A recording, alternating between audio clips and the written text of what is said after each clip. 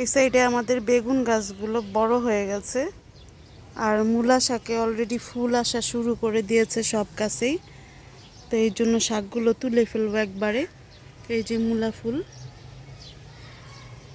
আবার এখানে মরিচ গাছ দিয়েছি, মরিচ গাছগুলোও বেশ ভালো হচ্ছে আল্লাহর রহমতে।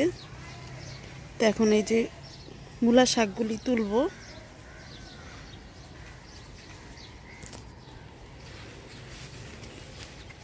বিসমিল্লাহ। মূলা হয়নি, কিন্তু যে পেজ থেকে আমি বীজ নিয়েছিলাম ওরা বলেছে যে মূলা হবে, নিশ্চিত মূলা হবে, কিন্তু হয়নি। এখানে একটা মূলা হয়েছে।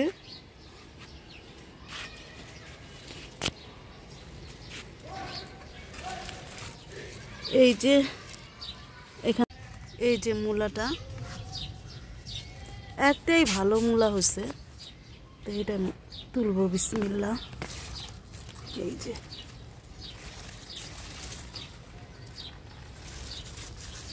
মাশাআল্লাহ, এরকম যদি 4-5টাও হইতো তবুও বেশ ভালো লাগতো দেখতে।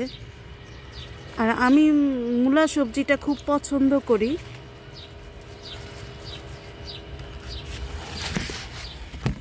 কিন্তু এটার ওজন ভালোই হয়েছে মাশাআল্লাহ। এই যে শাকগুলাও, এই যে শাক, মূলাটা এদিক থেকে এরকম হয়েছে, একদম রাউন্ড হয়েছে। তো একটাতেই আমি অনেক সন্তুষ্ট হয়ে গেছি আল্লাহর রহমতে। এটার ওজন আছে, ভালো ওজন হয়েছে মাশাআল্লাহ। তো দেখি আস্তে আস্তে আরো শাক তুলি। এই তো মূলা শাক তুলে নিয়েছি, সব তুলিনি, আরেকদিন তুলতে হবে। আর এই যে কলা গাছের আঁশ নিয়ে আসছি, এখন কলা গাছের আঁশ দিয়ে এটাকে বাঁধবো। এই তো আমার মূলা, ছোট ছোট মূলা আছে, কিন্তু একটাই এত বড় হয়েছে।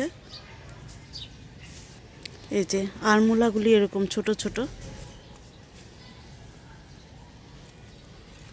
তো এই বছরের জন্য এগুলোই থাকুক, আগামী বছর দেখি মাটিটা আরো ভালো চাষ করে তারপরে দিব।